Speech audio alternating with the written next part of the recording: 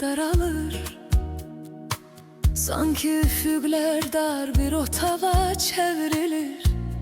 Ürək boş qalır.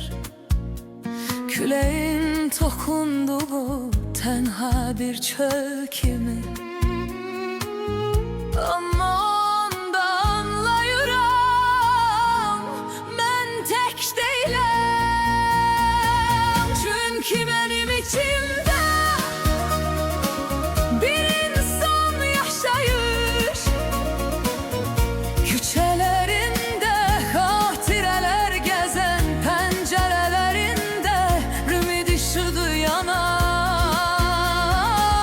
gecələr ulduzlarla danışan bir səssiz insan.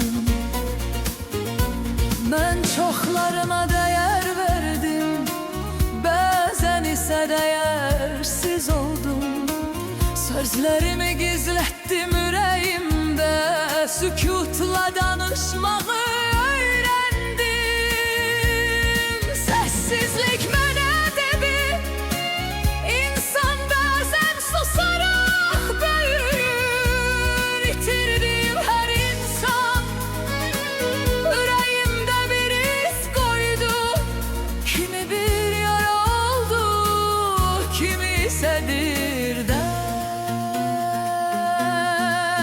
Hər göz yaşı bir daş kimi düşdü qəlbimin dərinliyinə.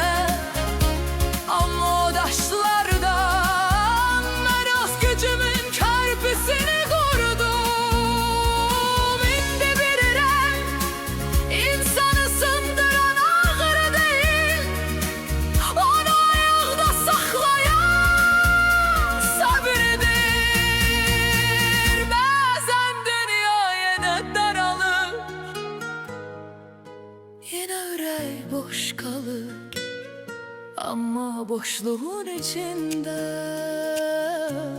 bir səs pıçıldayır.